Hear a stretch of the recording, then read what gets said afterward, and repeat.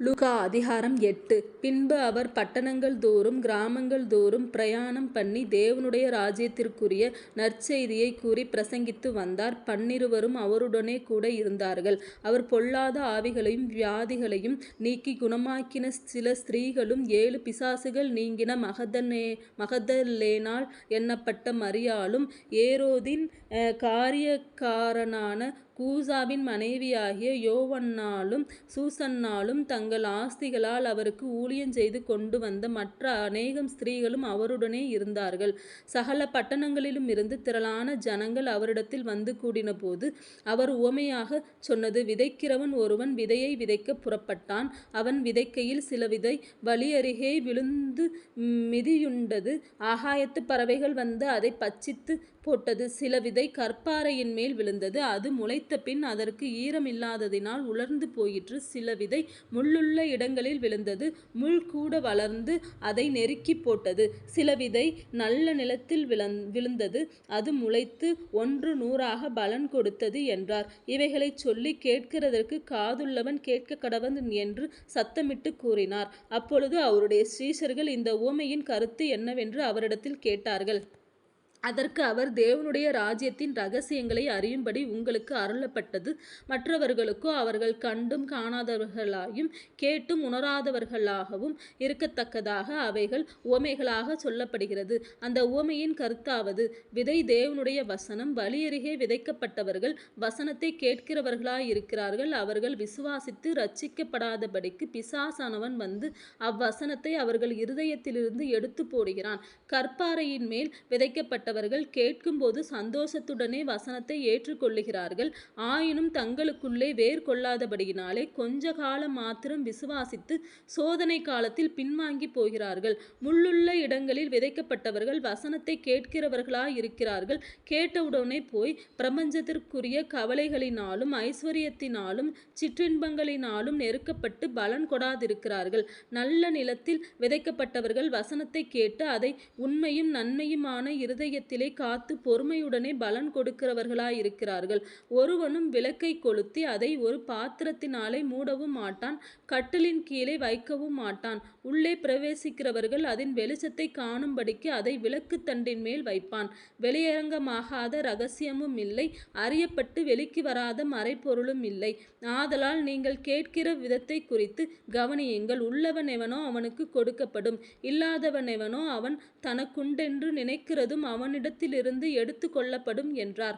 அப்பொழுது அவருடைய தாயாரும் சகோதரரும் அவரிடத்தில் வந்தார்கள். ஜனக்கூட்டத்தினாலே அவரண்டையில் அவர்கள் சேரக்கூடாதிருந்தது. அப்பொழுது உம்முடைய தாயாரும் உம்முடைய சகோதரரும் உம்மை பார்க்க வேண்டுமென்று வெளியே நிற்கிறார்கள் என்று அவருக்கு அறிவித்தார்கள்.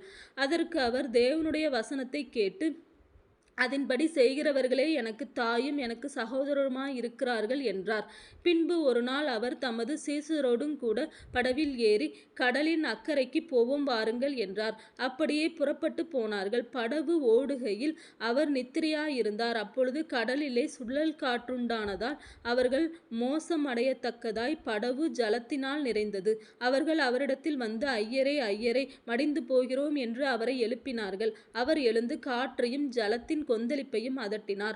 உடனே அவைகள் நின்று போய் அமைதலுண்டாயிற்று. அவர் அவர்களை நோக்கி, உங்கள் விசுவாசம் எங்கே என்றார். அவர்கள் பயந்து ஆச்சரியப்பட்டு, இவர் யாரோ காற்றுக்கும் ஜலத்துக்கும் கட்டளையிடுகிறார், அவைகளும் இவருக்கு கீழ்ப்படுகிறதே என்று ஒருவரோடொருவர் சொல்லிக் கொண்டார்கள். பின்பு கலிலேயாவுக்கு எதிரான கதரேனருடைய நாட்டில் சேர்ந்தார்கள். அவர் கரையிலிருந்திறங்கின போது நெடுநாளாய் பிசாசுகள் பிடித்தவனும் வஸ்திரந்தரியாதவனும் வீட்டில் தங்காமல் பிரேத கல்லறைகளிலே தங்கினவனுமாயிருந்த அந்த பட்டணத்து மனுஷன் ஒருவன் அவருக்கு எதிராக வந்தான். அவன் இயேசுவை கண்டபோது கூக்குரலிட்டு அவருக்கு முன்பாக விழுந்து, இயேசுவே, உன்னதமான தேவனுடைய குமாரனே, எனக்கும் உமக்கும் என்ன? என்னை வேதனைப்படுத்தாதபடிக்கு உம்மை வேண்டிக் கொள்ளுகிறேன் என்று மகா சத்தத்தோடே சொன்னான். அந்த அசுத்த ஆவி அவனை விட்டு போகும்படி இயேசு கட்டளையிட்டபடியினாலே அப்படிச் சொன்னான். அந்த அசுத்தாவி வெகு காலமாய் அவனை பிடித்திருந்தது. அவன் சங்கிலிகளினாலும் விலங்குகளினாலும் கட்டுண்டு காவல் பண்ணப்பட்டிருந்தும் கட்டுகளை முறித்து போட்டு பிசாசினால் வனாந்தரங்களுக்கு துரத்தப்பட்டிருந்தான். இயேசு அவனை நோக்கி, உன் பேர் என்னவென்று கேட்டார். அதற்கு அவன் லேகியோன் என்றான். அநேகம் பிசாசுகள் அவனுக்குள் புகுந்திருந்தபடியால் அந்த பேரைச் சொன்னான். தங்களை பாதாளத்திலே போக கட்டளையிடாதபடிக்கு அவைகள் அவரை வேண்டிக் கொண்டன. அவ்விடத்தில் அநேகம் பன்றிகள் கூட்டமாய் மலையிலே மேய்ந்து கொண்டிருந்தது. அந்த பன்றிகளுக்குள் போகும்படி தங்களுக்கு உத்தரவு கொடுக்க வேண்டும் என்று அவரை வேண்டிக் கொண்டன. அவைகளுக்கு உத்தரவு கொடுத்தார். அப்படியே பிசாசுகள் அந்த மனுஷனை விட்டு நீங்கி பன்றிகளுக்குள் புகுந்தன. அப்பொழுது அந்த பன்றி கூட்டம் உயர்ந்த மேட்டிலிருந்து கடலிலே பாய்ந்து அமிழ்ந்து மாண்டது. அவைகளை மேய்த்தவர்கள் சம்பவித்ததைக் கண்டு ஓடிப்போய் பட்டணத்திலும் சுற்றுப்புறங்களிலும் அறிவித்தார்கள். அப்பொழுது சம்பவித்ததை பார்க்கும்படி ஜனங்கள் புறப்பட்டு இயேசுவினிடத்தில் வந்து, பிசாசுகள் விட்டு போன மனுஷன் வஸ்திரந்தரித்து இயேசுவின் பாதத்தருகே உட்கார்ந்து புத்தி தெளிந்திருக்கிறதைக் கண்டு பயந்தார்கள். பிசாசுகள் பிடித்திருந்தவன் சொஸ்தமாக்கப்பட்டதைக் கண்டவர்களும் அதை அவர்களுக்கு அறிவித்தார்கள். அப்பொழுது கதரேனருடைய சுற்றுப்புறத்திலுள்ள திரளான ஜனங்கள் எல்லாரும் மிகவும் பயமடைந்தபடியினாலே தங்களை விட்டு போகும்படி அவரை வேண்டிக் கொண்டார்கள். அந்தபடி அவர் படவில் ஏறி திரும்பி போனார். பிசாசுகள் நீங்கின மனுஷன் அவரோடே கூட இருக்கும்படி உத்தரவு கேட்டான். இயேசு அவனை நோக்கி, நீ உன் வீட்டுக்கு திரும்பி போய் உன் தேவன் உனக்கு செய்தவைகளை எல்லாம் அறிவி என்று சொல்லி அவனை அனுப்பிவிட்டார். அந்தபடி அவன் போய் இயேசு தனக்கு செய்தவைகளை எல்லாம் பட்டணத்தில் எங்கும் பிரசித்தப்படுத்தினான். இயேசு திரும்பி வந்தபோது ஜனங்கள் எல்லாரும் அவருக்காக காத்திருந்தபடியால் அவரை சந்தோஷமாய் ஏற்றுக்கொண்டார்கள். அப்பொழுது ஜெப ஆலய தலைவனாகிய யவீரு என்னும் பேருள்ள ஒருவன் வந்து இயேசுவின் பாதத்தில் விழுந்து 12 வயதுள்ள தன்னுடைய ஒரே குமாரத்தி மரண அவஸ்தையாயிருந்தபடியால் தன் வீட்டிற்கு வரும்படி அவரை வேண்டிக் கொண்டான். அவர் போகையில் திரளான ஜனங்கள் அவரை நெருக்கினார்கள். அப்பொழுது 12 வருஷமாய் பெரும்பாடுள்ளவளாயிருந்து தன் ஆஸ்திகளை எல்லாம் வைத்தியர்களுக்கு செலவழித்தும் ஒருவனாலும் சொஸ்தமாக்கப்படாதிருந்த ஒரு ஸ்திரீ அவருக்கு பின்னாக வந்து அவருடைய வஸ்திரத்தின் ஓரத்தை தொட்டால் உடனே அவளுடைய பெரும்பாடு நின்று போயிற்று. அப்பொழுது இயேசு, என்னை தொட்டது யார் என்று கேட்டார்.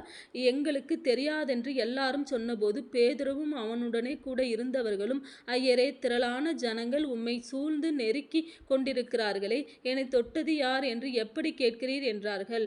அதற்கு இயேசு, என்னிலிருந்து வல்லமை புறப்பட்டதை அறிந்திருக்கிறேன். ஆதலால் ஒருவர் என்னை தொட்டதுண்டு என்றார். அப்பொழுது அந்த ஸ்திரீ தான் மறைந்திருக்கவில்லை என்று கண்டு நடுங்கி வந்து அவர் முன்பாக விழுந்து தான் அவரை தொட்ட காரணத்தையும் உடனே தான் சொஸ்தமானதையும் எல்லா ஜனங்களுக்கு முன்பாக அவருக்கு அறிவித்தாள். அவர் அவளை பார்த்து, மகளே, திடன்கொள், உன் விசுவாசம் உன்னை இரட்சித்தது, சமாதானத்தோடே போ என்றார்.